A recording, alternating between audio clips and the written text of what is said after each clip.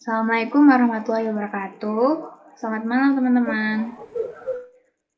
Waalaikumsalam. Selamat malam. Malam. Oke, bagaimana nih kabarnya? Alhamdulillah, luar biasa, antusias, yes. Semangat banget badannya. Oke, lanjut aja ya ke slide selanjutnya. Sebelum itu di sini saya akan mempresentasikan tentang implementasi karakter yang berkeadilan. Nah, di sini saya dengan Nur Hidayatul Masfia, bisa kalian panggil Vida. NIM aku 240106440001. Saya dari kelas 2024A. Oke, lanjut. Jadi, implementasi adalah suatu proses yang diterapkan untuk mencapai atau mewujudkan suatu di berbagai bidang. Karakter berkeadilan adalah karakter yang menunjukkan sikap adil yang memperlakukan orang lain sesuai dengan hak dan kewajibannya. Jadi tanpa membeda-bedakannya. Nah, implementasi karakter yang berkeadilan adalah proses yang diterapkan untuk mewujudkan sikap adil yang memperlakukan orang lain sesuai dengan hak dan kewajibannya tanpa membeda-bedakannya. Oke, next. Nah, dari topik karakter yang berkeadilan ini, saya mengambil kasus, yaitu kasus diskriminasi. Teman-teman ada yang tahu nggak diskriminasi itu apa? Perpecahan. Oke, ada yang tahu lagi istilah lain dari diskriminasi? Nggak ada ya. Oke, lanjut aja kita ke definisi. Ini ada video animasi tentang diskriminasi agar teman-teman lebih mudah untuk memahaminya. Namaku Inang, dan ini cerita keluargaku. Itu bapakku, Pak Ngah. Setiap pagi, bapak ke sungai untuk menambang emas. Ini Bi Fitri, adik perempuan dari bapak. Sudah beberapa tahun ini Bibi menjaga nenek yang sakit. Kata orang-orang, dulu nenek juga seorang penambang yang kuat. Tapi karena setiap hari bekerja dengan merkuri, nenek mengalami komplikasi gangguan paru-paru dan ginjal. Data global saat ini menunjukkan bahwa 15 juta orang bekerja di sektor pertambangan emas skala kecil atau PESK, dan 4,5 juta orang diantaranya adalah perempuan. Sebelum ke sungai, bapak selalu menyempatkan untuk mengantarku ke sekolah. Walaupun semua orang yang aku kenal adalah penambang, aku ingin menjadi dokter. Dan aku tahu, untuk bisa menjadi dokter, aku harus belajar dan sekolah yang tinggi. Ibu juga ada di sungai membantu bapak. Biasanya, ibu datang sambil membawa makan siang untuk bapak. Setelah makan siang, ibu akan ikut menambang sampai menjelang maghrib nanti. Itu Bibi. Bibi tidak suka menambang. Katanya, ia takut sakit paru-paru seperti nenek. Jadi Bibi ke sisi sungai yang lain untuk mencari ikan untuk makan malam kami semua. Sisa ikannya akan dijual di pasar besok pagi. Ini abangku. Bapak dan ibu selalu bilang ia akan jadi penambang paling hebat di desa ini. Tapi sebenarnya abang pernah cerita bahwa ia ingin menjadi koki. Tapi mungkin abang benar. Waktu aku cerita aku ingin menjadi dokter, bapak langsung diam dan tidak berkata apa-apa.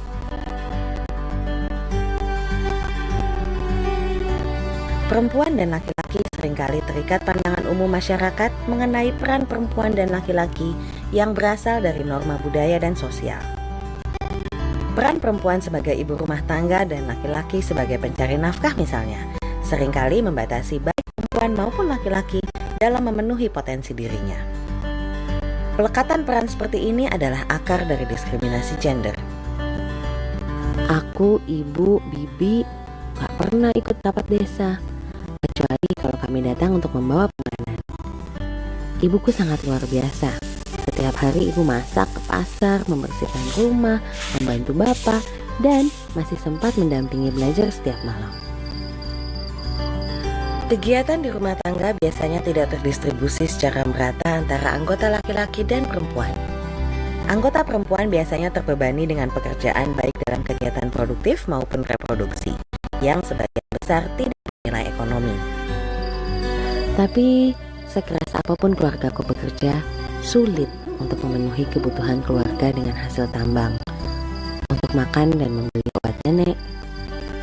Sekolah yang benar ya nak. Mungkin kamu bisa jadi perempuan pertama desa ini yang menjadi dokter. Atau apapun cita-citamu kelak akan Bapak dukung.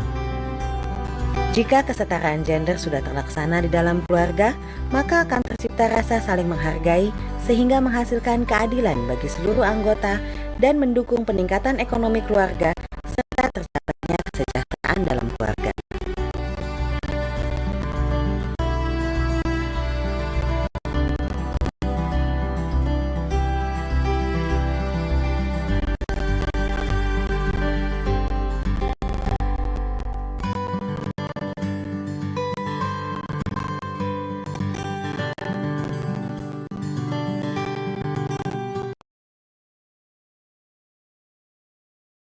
Oke, itu tadi contoh video animasi dari diskriminasi. Nah, itu tadi contoh dari diskriminasi apa, teman-teman? Ada yang tahu? Perbedaan gender. Ya, betul sekali. Terima kasih, Jian. Jadi, itu tadi contoh diskriminasi yang ada di lingkungan keluarga ya. Oke, lanjut kita ke materi. Jadi, latar belakang diskriminasi adalah diskriminasi merupakan perbedaan untuk mendapatkan hak dan pelayanan pada masyarakat dengan didasarkan pada warna kulit, golongan, suku, etnis, agama, bangsa, jenis kelamin, dan lain sebagainya. Nah, diskriminasi biasanya didapatkan oleh seorang yang berbeda dengan mayoritas orang-orang kebanyakan. Diskriminasi tercipta karena munculnya prasangka seseorang terhadap orang lain.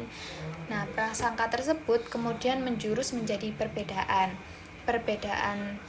Pembedaan tersebut tercipta karena tidak sebagai makhluk sosial yang secara alamiah selalu ingin berkumpul dengan orang yang sama dengan diri kita sendiri. Nah, prasangka seringkali didasari pada ketidakpahaman, ketidakpedulian pada kelompok di luar kelompoknya atau ketakutan atas perbedaan. Jadi kadang seseorang itu tidak mau kayak berbaur atau berkumpul dengan orang yang berbeda darinya. Jadi dia hanya ingin berkumpul dengan orang yang sama dengan dirinya sendiri. Seperti itu. Itu yang dapat menyebabkan diskriminasi. Oke, lanjut. Selanjutnya ada definisi diskriminasi. Nah, diskriminasi adalah suatu perbuatan, praktik, atau kebijakan yang memperlakukan seseorang atau kelompok secara berbeda dan tidak adil atas dasar karakteristik dari seseorang atau kelompok itu. Nah, diskriminasi terjadi ketika individu atau kelompok memperlakukan dengan lebih buruk membandingkan orang lain karena faktor keanggotaan aktual yang dipersepsikan dalam kelompok sosial atau kategori sosial. Di sini ada jenis-jenis diskriminasi. Sebentar.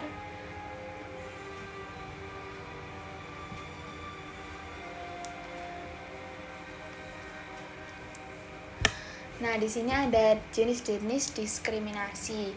Jadi diskriminasi ada banyak jenis ya teman-teman. Yang pertama ada diskriminasi usia, yang kedua diskriminasi jenis kelamin, terus diskriminasi agama atau kepercayaan, ada diskriminasi bahasa, diskriminasi nama, diskriminasi kebangsaan, diskriminasi kasta, dan diskriminasi orientasi seksual. Lanjut, jadi yang di video tadi itu termasuk diskriminasi jenis kelamin ya.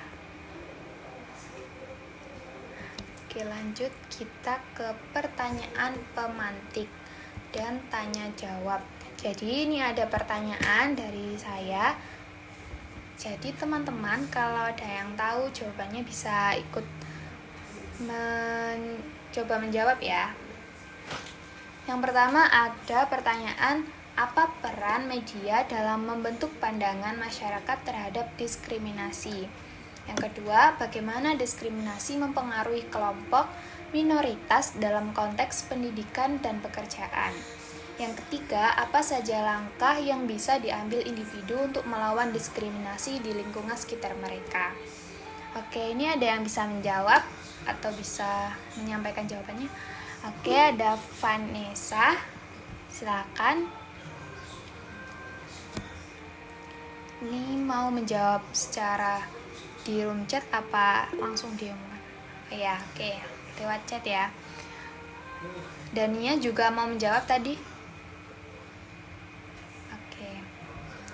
Oke, aku baca ya jawabannya dari Mbak Vanessa. Jadi,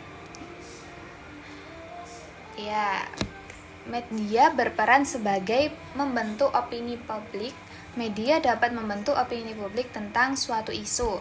Salah satunya adalah diskriminasi.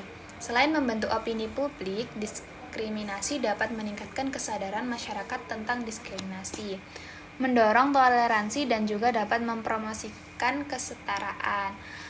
Oke, ini jawaban nomor 1 ya. Ya, terima kasih ya Mbak Vanessa atas jawabannya. Ada yang mau menjawab lagi? Terima kasih. Tadi Mbak Dania mau menjawab? Enggak, nanti saja. Terima kasih. Oke. Mbak Jihan, Mbak Dini, Mbak Sinta. Untuk menunggu jawaban teman-teman, aku mau coba menjawab ya yang nomor 1 yang dari Mbak Vanessa tadi. Ini ada pendapatku ya. Jadi, apa peran media dalam membentuk pandangan masyarakat terhadap diskriminasi? Nah, menurut aku media itu memiliki banyak peran ya yang dapat membentuk pandangan masyarakat terhadap diskriminasi. Yang pertama itu ada penyebaran informasi. Jadi media itu berfungsi sebagai sumber informasi utama untuk memberikan informasi tersebut kepada masyarakat. Jadi untuk meningkatkan kesadaran masyarakat dan mendorong diskusi publik mengenai isu tersebut. Selanjutnya ada representasi dan narasi. Jadi cara media itu mempresentasikan sebagai kelompok etnis, gender, atau orientasi seksual terhadap mempengaruhi persepsi masyarakat. Nah, narasi positif itu dapat membantu mengurangi stigma, sementara stereotip negatif dapat memperkuat prasangka. Dan ada juga pembentukan opini publik. Jadi media ini juga mempunyai kekuatan untuk membentuk opini publik ya, melalui penekanan pada isu tertentu. Jadi kayak sekarang kan apa-apa viral gitu ya. Jadi bisa nih kita gunakan media untuk biar menghindari diskriminasi. Jadi kayak untuk berbagi informasi kepada masyarakat lainnya melalui media tersebut. Oke, ada jawaban lagi? Boleh jawab nomor 2 nggak? Boleh, silakan.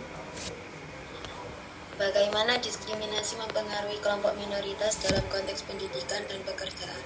Kalau menurut saya itu diskriminasi pada kelompok minoritas dalam pendidikan sama pekerjaan itu sering kali ya. Seperti kalau misal pendidikan di kota sama di desa, itu kan kayak apa ya? Kayak yang di desa itu jarang gitu loh, kayak dilirik sama pemerintahan itu jarang. Jadi kayak kemajuannya mereka itu lebih lambat gitu dari ada yang di kota.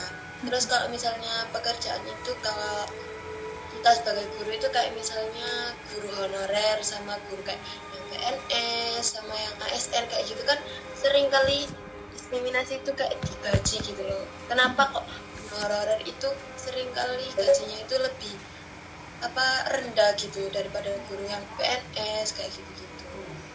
Dan diskriminasi ini itu sangat mempengaruhi kemajuan kita gitu. Itu menurut saya. Ya, bagus sekali ya Mbak Jihan atas jawabannya. Saya juga setuju sama Mbak Jihan, kayak yang di desa-desa itu kayak kurang diperhatikan gitu ya mengenai guru-guru. Oke, Di desa kan pendidikannya juga kayak lebih gimana gitu daripada di kota. Iya, kayak lebih kurang dipandang sama pemerintah. Oke, makasih ya Mbak Jian, jawabannya sangat bagus sekali. Oke, ada yang bisa menjawab nomor 3?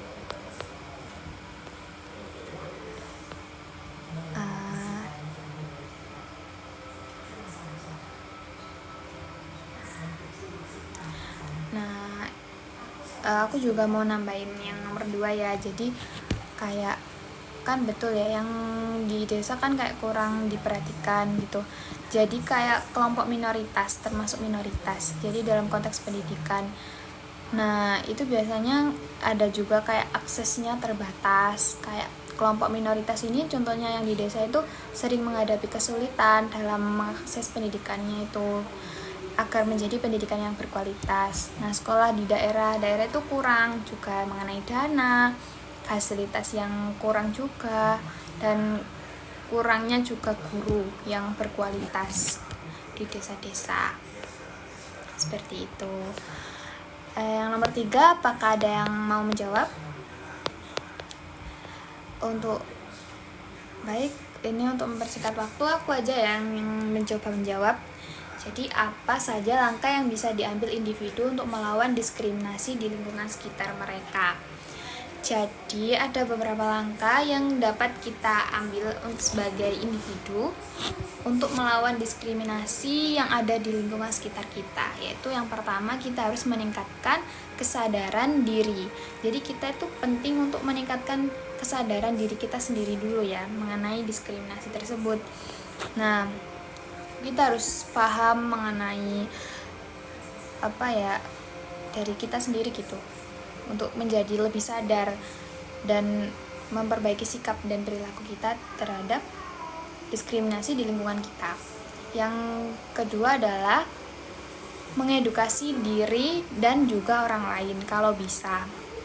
Itu kita mempelajari lebih lanjut tentang isu-isu mengenai diskriminasi dan hak asasi manusia. Dan juga kita bisa bersikap proaktif. Jadi kita melihat atau mendengar tindakan diskriminatif dan ambil tindakan. Ini bisa berupa kayak kalau aman kita bisa lakukan secara langsung, tapi kalau kita merasa kurang aman, kita bisa melaporkan kepada pihak yang berwajib mengenai diskriminasi, kepada pihak yang berwenang. Terus kita juga mendukung korban diskriminasi tersebut. Kita menunjukkan kalau kita itu mendukung kepada kamu kayak yang kena korban itu. Jadi kita bisa mendengarkan pengalaman yang dirasakan oleh korban diskriminasi tersebut. Jadi kita juga bisa memberikan dukungan moral, itu yang sangat berarti buat korban. Kita bisa ikut sebagai individu, kita juga bisa ikut kayak komunitas, tentang organisasi yang mempromosikan keadilan sosial dan dapat memberikan kesempatan untuk berkontribusi pada perubahan yang lebih besar mengenai diskriminasi di lingkungan sekitar kita.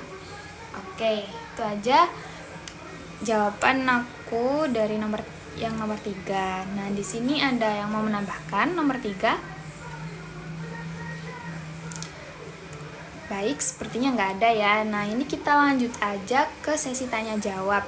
Sini ada yang ingin bertanya.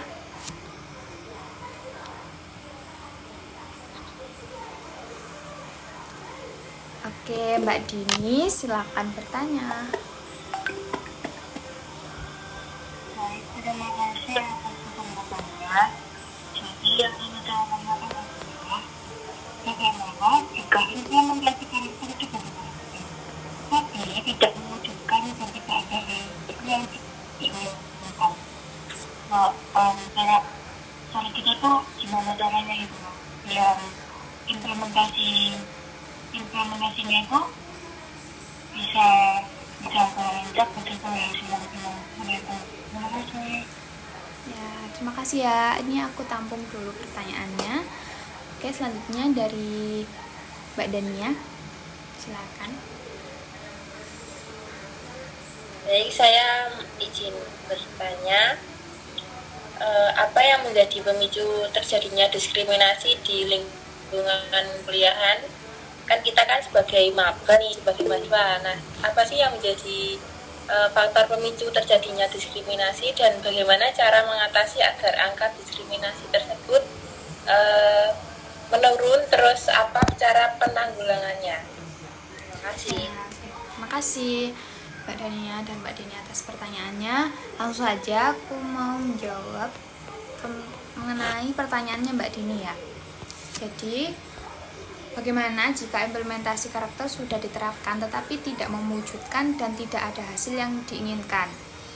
Jadi, menurut aku, jika implementasi karakter kita sudah diterapkan tapi tidak menghasilkan hasil yang diinginkan, itu ada beberapa langkah. Yang pertama itu kita bisa meninjau kembali tentang metode dan pendekatan yang kita gunakan atau yang digunakan. Apakah materi atau pengajaran itu sudah sesuai atau sudah mudah difahami oleh yang ingin kita wujudkan karakter tersebut. Terus yang kedua, kita dapat memasukkan dari mahasiswa tentang apa yang mereka rasakan terhadap program tersebut, apa yang perlu, apa yang kurang gitu loh, yang diterima dari yang ingin kita rubah karakter, ingin kita mewujudkan hasil yang kita inginkan. Itu kita tanya apa sih kurangnya yang kita berikan gitu. Terus kita memastikan kalau apa yang kita sampaikan itu sudah sesuai dengan apa yang mereka butuhkan gitu. Terus kita mengimplementasikan tentang nilai karakter tidak hanya dalam mengajar tapi juga dengan aktivitas sehari-hari seperti kegiatan kayak aktivitas sehari-hari di kampus, terus kegiatan UKM kita gitu. Jadi dengan pendekatan yang lebih adaptif dan responsif, kita bisa mengharapkan hasil yang kita inginkan agar lebih bisa tercapai. Seperti itu. Gimana Mbak Dini?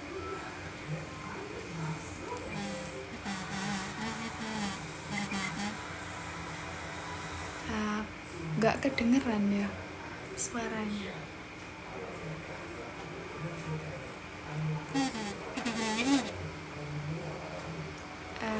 Bisa ditulis di room chat aja ya, soalnya suaranya kayak tenggelam.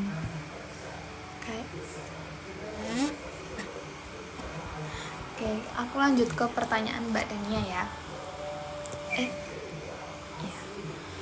Kejawab, apa yang menjadi pemicu terjadinya diskriminasi di lingkungan perkuliahan dan bagaimana cara mengatasi agar angka diskriminasi tersebut dapat berkurang dan cara penanggulangan yang tepat. Oke, terima kasih kembali Mbak Dini.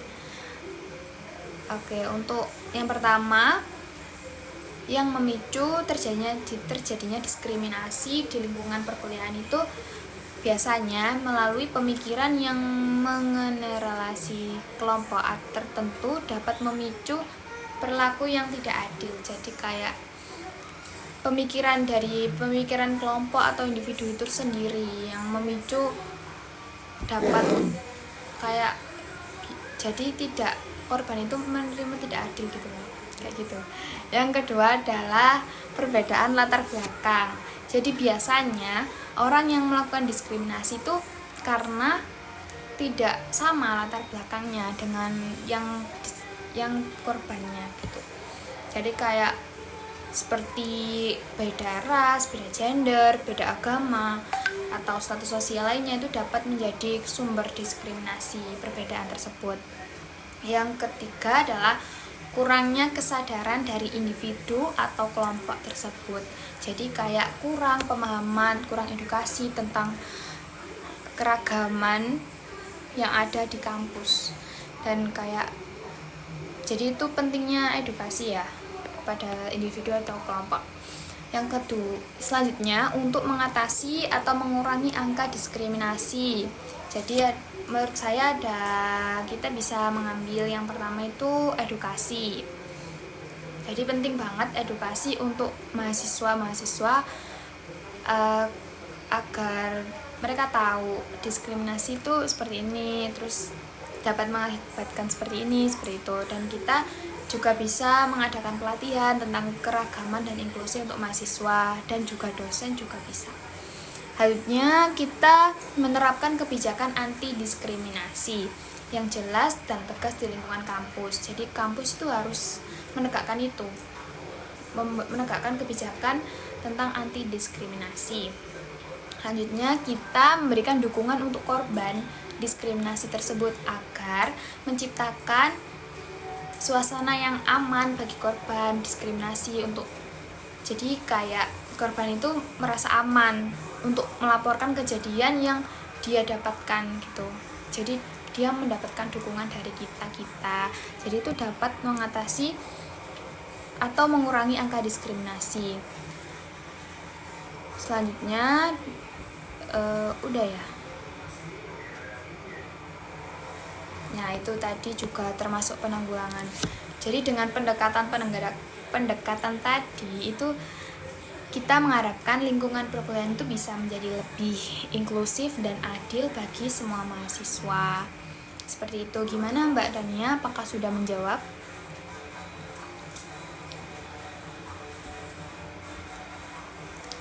Halo Mbak Dania.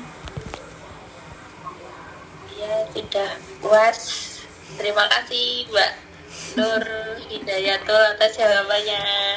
Sama-sama, terima kasih kembali ya. Oke, aku lanjut aja ke materi selanjutnya untuk mempersingkat waktu. Selanjutnya, akibat apabila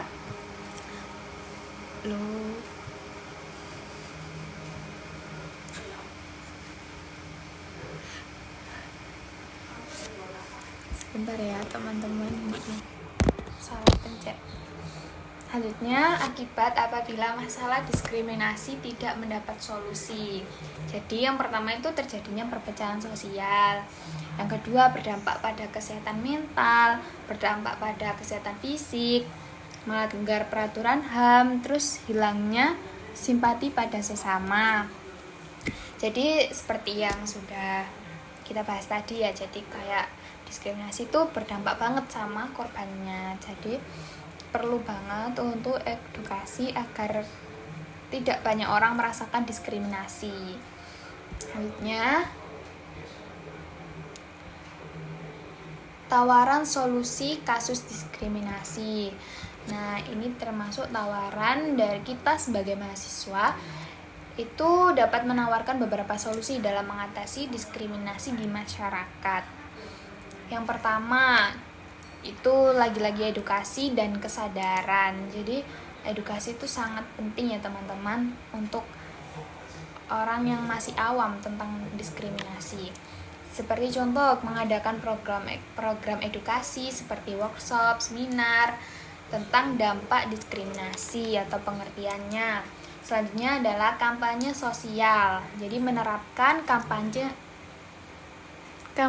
di media sosial. Jadi bukan hanya secara langsung, tetapi kita bisa mengadakan kampanye secara online kayak di media sosial.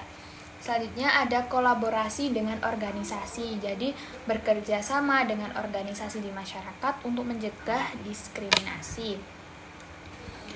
Lanjut, ini penutup. Jadi penting untuk kita menyadari bahwa diskriminasi adalah masalah kompleks yang mempengaruhi banyak aspek kehidupan. Upaya untuk mengatasi diskriminasi memerlukan komitmen bersama dari individu, komunitas, dan institusi. Melalui edukasi, dialog, dan tindakan kolektif, kita dapat membangun masyarakat yang lebih inklusif dan adil, di mana setiap orang dihargai tanpa memandang latar belakang mereka. Mari kita berperan aktif dalam menciptakan lingkungan yang bebas dari diskriminasi demi masa depan yang lebih baik untuk sesama. Seperti itu teman-teman. Nah, selanjutnya ini referensi dari PPT saya tadi. Oke, lanjut aja. Selanjutnya ini kita kuis ya untuk lebih mengulas lagi tentang materi tadi. Yang pertama ada kuis tindakan diskriminasi itu termasuk tindakan yang positif. Itu benar apa salah teman-teman? Banyak banget ya. Aku langsung aja ya. Yang pertama ada Mbak Dini. Gak usah turun ya resennya. Jadi langsung aja ini urutannya. Yang pertama Mbak Dini, benar apa salah Mbak? Apakah suara saya terdengar? Terdengar. Oke. Tindakan diskriminasi terhadap tindakan yang positif itu salah besar. Karena tindakan diskriminasi itu termasuk tindakan yang negatif. Oke, berarti salah ya jawabannya ya. Oke, kita lihat. Ya, salah. Betul sekali, terima kasih Mbak Dini atas jawabannya. Oke, lanjut. Di sini ada, bentar, aku slide dulu. Di sini ada yang pertama, yang setelah Mbak Dini itu ada Mbak Jihan. Silakan Mbak Jihan. Tindakan diskriminasi itu harus dihindari. Benar apa salah nih? Benar. Benar, yakin nih? Yakin. Oke, aku lihat ya jawabannya. Benar, jawabannya benar sekali. Terima kasih Mbak Jihan. Sama-sama. Oke, lanjut ke kuis yang ketiga, yaitu diskriminasi boleh dilakukan oleh orang kaya. Ini benar apa salah sih? Ini ada Mbak Dania. Gimana Mbak Dania jawabannya? Jawabannya adalah salah. Salah. Oke, salah jawabannya. Benar sekali. Jadi diskriminasi itu nggak boleh ya, meskipun dia orang kaya tuh tetap nggak boleh melakukan diskriminasi. Oke, lanjut ke pertanyaan selanjutnya. Di sini ada Mbak Astagfirullah. Di sini ada Mbak Vanessa. Ayo Mbak Vanessa menjawab.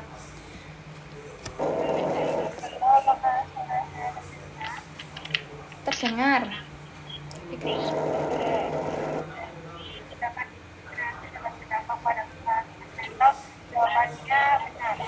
Benar. Oke, saya lihat dulu ya. Jawabannya adalah benar. Benar sekali. Terima kasih Mbak Vanessa.